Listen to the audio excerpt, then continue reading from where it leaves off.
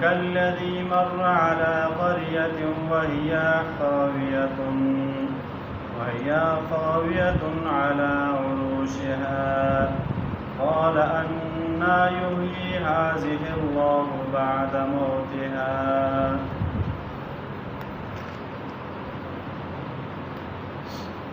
مخکې آیتونو کې الله رب العزت د ابراهیم علیه السلام او همدارنګې کافر بادشاه نمرود د هغو خپل منځ کې کومه مناظره وه. ابراهیم علیه السلام پیغمبر او نمرود یو کافر د دوی سره مناظره وکړه په دې خبرې باندې د الله تعالی په وحدانیت باندې. کسه ابراهیم علیه السلام دوی چې ما رب څه دی دا یک یو دی. نمرود دی چې نه رب زه یم او نمرود دی چې ته رب یو دی. ابراهیم علیه السلام ویل او ما رب یو دی، ما رب دا کارونه کوي چې مړ کول او ژوندي کول کوي، نو ته مړ کول او ژوندي کول وکړه. هغه یو جاهلانه دلیل خپل رامخته کړه او کوم کس باندې چې د قتل کیس و هغه یې قید کړه او کوم قیدي و همداسې نو هغه یې په قتل کیس کې واچول او مړ کول او ژوندي کول زه هم کوی شوم. وګوره یو مو د مرګ نه بچ کړو او بل مو ته مرګ مقرر کړ. ابراهیم علیه السلام بل دلیل دی چې کسه مغرب او مشرق طرف نه مرسترګه راوچتي او مغرب کې غږ کوي، نو ته داسې وکړه په دې الټا باندې وکړه. نو فبهت الذي کفر هغه سړی له جواب پاتې شو چې کوم کفر کړی و نمرود، ځکه دې خبرې جواب نه شو کولی. دا نمرود یلی شو چې کسه زی مشرق نه راوچتوم مغرب کې غایب کوم، ته به په دې الټا باندې وکړي. خو اجې نمرود نه مخکې مشران کسان د دې په قوم کې موجود و، هغه مشران هغو ته پاته و چې دې پیدایش نه مخکې د مرسترګې هم دا ترتیب و. لکه وګوره سورې یاسین په دې خبره باندې ګواه دی. الله رب العزت فرمایي وی دغه مرسترګه چې دا په خپل ځای باندې راخیږي او گردش کوي او بیا ځي همدارنګې مختلف ځای قرآن کریم نور ځایونو کې هم یایي. نو دا خبره خو د دې نمرود پیدایش نه مخکې دا خبره وه. نو دا خو دې خبره کې دروغ ګرځېدل، نو دغه ځای کې دا له جواب پاتې شو. او پرونو آیتونو کې الله رب العزت د خپل یو وحدانیت یو بل آیات ذکر کوي او دلیل ذکر کوي د وحدانیت وران وی کسه د الله تعالی چې د وحدانیت کې بله یک یو د نور څوک سره شریک نشته دي. ولې دا وکسه او کالذي مر على قريه وهي خاويه على عروشها د آیات کې مو پرون باندې وضاحت کړم وو. دا عزیر علیه السلام د عیسی علیه السلام نه مخکې او موسی علیه السلام نه پس دغه پیغمبر راغلی و او دی د خلکو چې کله یو قوم باندې عذاب راغلی هغه ځای کې تېرېدل او دی ولیدل چې راوګوره دا کله داسې کورونه هر څه ګډ وډ ایستلي دي لکه نه څه مو تاسو بازاري علاقه وله چې هغه ځای کې کورونه ډېر آبادیان ډېر نږدې دي بلډینګونه وغیره چې راوتغېږي نو هر یو شی مکمل ګډ وډ وي. څه صورت جوړېدل نه شي سړی صحیح طریقې سره واخلي خو یو شی نه به شروع شي او ډېر په تکلیف سره او مشینګري سره به هغه ځای صبر کوي. نو همدارنګې عزیر علیه السلام چې کله دا ولیدل او دې ذکر اورل چې دا به څرنګه کېږي، نو دغه الله تعالی دی وی دغه عزیر علیه السلام څو د دې باندې مر راغلل تقریبا 300 کاله دغه په خپل ځای باندې وفات و او هغه نه پس بیا الله رب العزت را ژوندی کړ او مغه سلیم او سلامت و. او یو خبره دا مو پرون ذکر کړې وه چې کسه خلک هېڅ یاره مړي اوري همدارنګې مړي چې دي د ژوندي په حال باندې پوهېږي او ژوندي کسي. وګوره که چېرې کتل او اورېدل دې څه کوي نو عزیر علیه السلام پیغمبر دی. د نن سبا کوم ولیان دي ټیک دی، ولی شته دی، ولیت دی حق دی، کرامت دی حق دی، څه شک ورکې نشته دی، خو پیغمبر درجې نه لاندې دی، پیغمبر نه پاسه نه دی. وګوره چې پیغمبر نه پاسه پیغمبر دی یو په دنیا حال او حالاتو باندې او همدارنګې د خلکو یا په د زمانې د کوم ټیمونه بدلېږي انقلابات کېږي ګرمي سردي وغیره حالات راځي هېڅ شي به یې نه یې پوهېږي. 300 کاله مړ دی هغه نه پس دی بیا یې چې ما یو ورځ یا نیم ورځ دوره ټیم تېر کړی الله تعالی وایي چې نه تو 300 کاله په یو ځای باندې تېر کړي دي.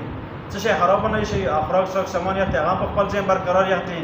او همدارنګې اخر دی راوګورم چې هر څه اډوکي شوی دی خراب شوی دی او دغه دې دپاره چې دا خلک د الله تعالی وحدانیت ومني چې ګوره الله تعالی دا شی کولی شي نور څوک دا شی کار نه شي کولی. او بل دی آیات کې دا واقعه ذکر کړی دی کې حکمت څه دی. وی دې کې حکمت دا چې قسم مر نه پس دی دوباره الله تعالی بیا راژوندي کول کوي. وی دې کې او خلکو دپاره عبرت او عقل دی چې ګوره ډېر خلک د بعد الموت نه بیا بعد الموت نه منکر دي چې یاره یو ځل مر راشي دا بیا ختم شي انسان بیا دوباره راوښتل نشته دي. نه وګوره الله تعالی قرآن کریم کې پریکټیکل طور باندې ذکر کړی دی. وګوره عزیر علیه السلام وفات شوی دی او مفسرین دا ذکر کوي چې دې باندې کوم مر غلی دا د عقوبتي مر نه او سزا مرګ نه و او همدارنګه اجلي مرګ نه و چې کوم انسان دپاره یو مر راشي دوباره بیا رهیدل نشته دي که سړي ذهن کې راځي کنه چې یاره دغه بیا دوباره څنګه ژوندی شو دنیا ته بیا رهیدل نشته دي نشته دغه د دې معجزه او د پیغمبر والا او دا نه اجلي مرګ او نه عقوبتي مرګ و بلکې الله تعالی د پرخیز وګوره زه دنیا کې داسې کار کولی شم چې کله انسان خاورې کې ختم شي ذرې ذرې شي زه دوباره بیا انسان را ژوندي کولی شم او مر نه ژوند نه پس دی مر دی مر نه پس دوباره بیا زندگی دی او هغې زندګي دپاره انسان د دې کې ورځې ته تیاري وکړه د انسان زندگی ختمېدونکې نه دی ټیک د دنیا نه فنا شول لاړه ختم شول خو بیا یو ځل پس دی قبر زندګي چې هغه ته برزخي ژوند یلی شي هغه نه پس دی بیا عالم الاخرت یې چې اخرت له ژوند یلی شي هغه ځای کې بیا د مرګ او د فیصله وشي چې یاره نن نه پس دی مرګ ختم شو او څوک جهنم ته لاړو هغه جهنم والا څوک جنت ته شو هغه د بیا جنت ته شو هم چې کوم مسلمانان دي چې کوم ګناهګار دي خپل ګناهونو مطابق جهنم کې سزا اخلي هغه نه پس بیا الله تعالی دوباره بیا جنت ته به داخلي او کالذي مر على قريه یاد کس پشان دي چې هغه تیریدل په یو کلي باندې وهي خاويه على عروشها او دې کلي والا نسکورو په خپلو چتونو باندې مطلب د چتونې مکمل تغییدلی وو قال انا يحيي هذه الله بعد موتها